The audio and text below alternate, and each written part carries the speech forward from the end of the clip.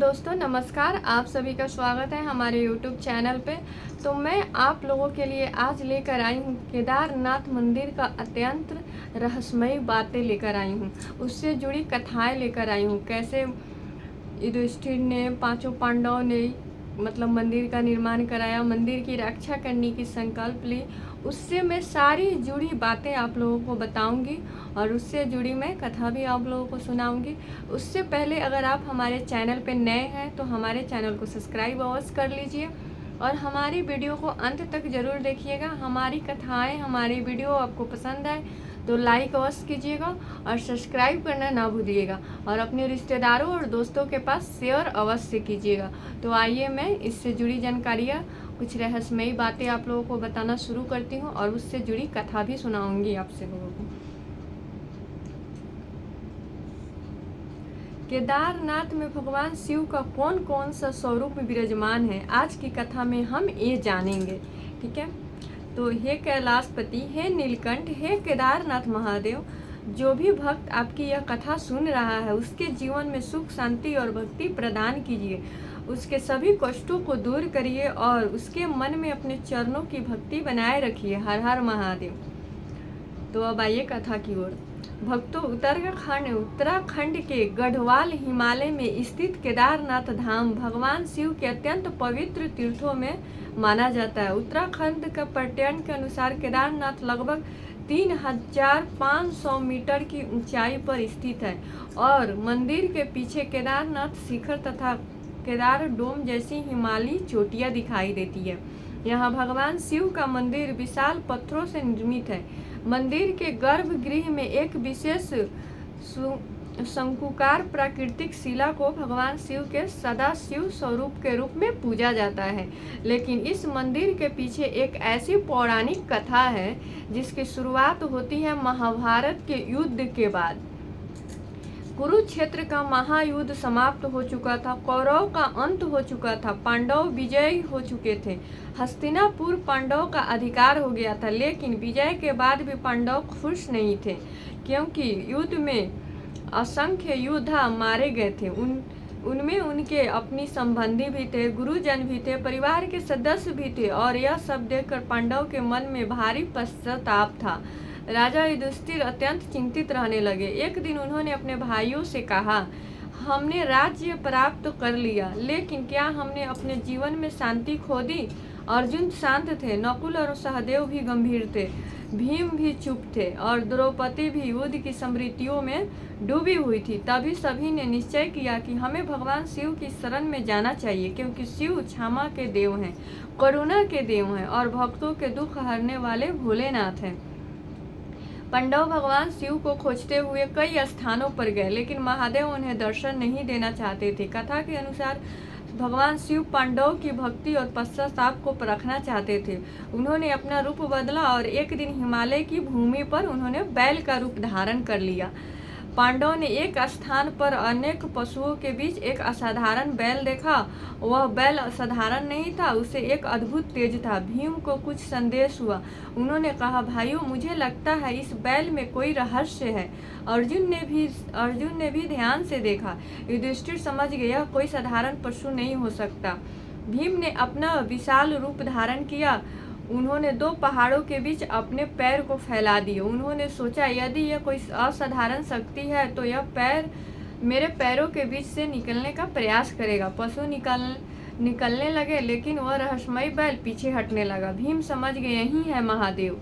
जैसे ही भीम ने बैल को पकड़ने का प्रयास किया, भगवान शिव धरती में समाने लगे। भीम ने तुरंत उस बैल की पीठ को पकड़ लिया, लेकिन बैल का बाकी शरीर धरती के अंदर चला गया और जिस स्थान पर बैल का कुबर या पीठ का भाग प्रकट हुआ, वहीं भगवान शिव के केदारनाथ स्वरूप की पूजा होने लगी। उत्तराखंड पर्यटन में और मंदिर समिति दोनों के अनुसार यही पौराणिक परंपरा केदारनाथ को पांडवों की शिव खोज से जोड़ती है। पांडवों ने समझ लिया, महादेव ने हमें दर्शन दे दिए हैं। वे भगवान शिव के सामने नतमस्तक हो गए। उन्होंने अपने मन की पीड़ा बताई। उन्होंने कहा, हे प्रभु, युद्ध में जो कुछ हुआ उसका भार हमारे हृदय पर है, हमें क्षमा करिए। महादेव भोलेनाथ हैं। उन्हें पांडव को आशीर्वाद दिया और उनके मन को शांति प्रदान की। तो भक्तों, कथा यही समाप्त नहीं होती है। कहा जाता है कि भगवान शिव के बैल रूप के शरीर के अलग अलग भाग है, हिमालय के अलग अलग स्थानों पर प्रकट हुआ। इन्हीं पवित्र स्थानों को पंच केदार कहा जाता है। पहला केदारनाथ, यहाँ भगवान शिव के कुबड़ के भाग को पूजी जाती है। दूसरा तुंगनाथ, वहाँ भगवान शिव को भुजाओं का संबंध माना जाता है। तीसरा रुद्रनाथ, यहाँ भगवान शिव के मुख की पूजा की जाती है। चौथा मध्येश्वर, यहाँ भगवान शिव को नाभि और उदर से जुड़ी परंपरा है। पांचवा कल्पेश्वर, यहाँ भगवान शिव की जटाओं की पूजा की जाती है। इस प्रकार पांचों स्थान मिलकर पंच केदार कहलाते हैं। अब बात करते हैं मंदिर की। केदारनाथ मंदिर की वास्तुकला अपने आप में अद्भुत है। यह बड़े बड़े पत्थरों की पट्टियों से बना हुआ है। आज भी इसे देखकर लोगों के मन में प्रश्न उठता है कि इतने विशाल पत्थरों को उस ऊंचाई पर कैसे पहुंचाया गया होगा। मंदिर समिति के अनुसार वर्तमान मंदिर की परंपरा को यदि शंकराचार्य से जोड़ा जाता है और एक पहले के मंदिर स्थल के निकट बताया जाता है। उत्तराखंड में भी वर्तमान मंदिर को लगभग 12,000 वर्षों से अधिक पुरानी संरचना के रूप में वर्णित करता है। इसके पूरा स्थापना की परंपरा आदि शंकराचार्य से जोड़ा जाता है। कहा जाता है कि जब भारत में धार्मिक और दार्शनिक परंपराओं को एक सूत्र में जोड़ने की आवश्यकता थी, तब आदि शंकराचार्य ने भारत के विभिन्न तीर्थों की यात्रा की, हिमालय की ओर भी आए और केदारनाथ जैसे पवित्र स्थानों को पुनः प्रतिष्ठित धार्मिक परंपरा से जोड़ा। मंदिर समिति की आधिकारिक जानकारी के अनुसार केदारनाथ को आदि गुरु शंकराचार्य से जोड़ा जाता है। केदारनाथ मंदिर के पीछे शंकराचार्य की समाधि भी प्रसिद्ध है, तीर्थ स्थल है। उत्तराखंड इसे वह स्थान बताया जाता है जहां परंपरा के अनुसार उन्होंने मोक्ष प्राप्त किया था। आप सुनिए केदारनाथ की आधुनिक समय एक अत्यंत चर्चित घटना। 2013 उत्तराखंड में भारी वर्षा और बाढ़ ने भयंकर तबाही मचाई। केदारनाथ क्षेत्र में बुरी तरह प्रभावित हुआ। पानी और मलबे का तेज बहाव मंदिर क्षेत्र की ओर आया, लेकिन मंदिर के पीछे स्थित एक विशाल चट्टान, जिसे स्थानीय रूप से भीमशिला कहा जाता है, मंदिर के पीछे आकर रुक गए। उत्तराखंड के अनुसार स्थानीय लोगों की मान्यता है कि इसी बड़ी चट्टान ने बाढ़ के प्रभाव को विभाजित किया और मुख्य मंदिर को भारी क्षति होने से बचाया। यह घटना आज भी केदारनाथ की चर्चा में विशेष स्थान रखती है। यहाँ हमें एक बात समझनी चाहिए कि इस घटना को लेकर लोगों की अपनी धार्मिक आस्थाएं हैं। बहुत से भक्त इसे भगवान शिव की कृपा मानते हैं, जबकि प्राकृतिक आपदा के वैज्ञानिक कारण भी होते हैं। इसीलिए इस घटना को आस्था और प्राकृतिक घटना दोनों दृष्टिकोण से समझना उचित है। लेकिन भक्त के लिए उस समय मंदिर का सुरक्षित रहना महादेव की कृपा का अनुभव बन गया।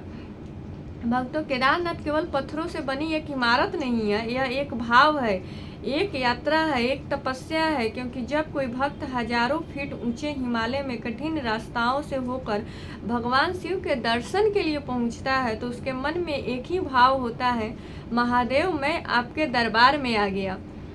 ठंडी हवाएं और ऊंचे पहाड़, बदलता मौसम और दूर से सुनाई देता हर हर महादेव। कोई वृद्ध भक्त धीरे धीरे कदम बढ़ा रहा है, कोई माता अपने बच्चों के साथ यात्रा कर रही है, कोई युवक अपने माता पिता का हाथ पकड़ने के लिए किसी के पैर थक गए हैं, लेकिन वह कहता है थोड़ा और चलेंगे बाबा केदारनाथ के दर्शन करने। यही है भक्ति। तो पांडवों की कथा हमें ये बताती है कि मनुष्य चाहे कितना भी शक्तिशाली हो, उसे अपने कर्मों का विचार करना चाहिए। युधिष्ठिर राजा बने, लेकिन युद्ध के बाद अपने मन में अहंकार नहीं पश्चाताप था। उन्होंने भगवान शिव की शरण ली और यही उनकी महानता है। तो हमारी वीडियो जो लास्ट तक देख रहा है उनको तहे दिल से धन्यवाद। हमारी कथा अगर आप लोगों को पसंद आई तो लाइक अवश्य कीजिएगा, अपने दोस्तों के साथ शेयर अवश्य कीजिएगा। हमारे चैनल को सब्सक्राइब करना ना भूलिएगा। तो आइए प्रेम से बोलिए एक बार हर हर महादेव। जय केदारनाथ बाबा की।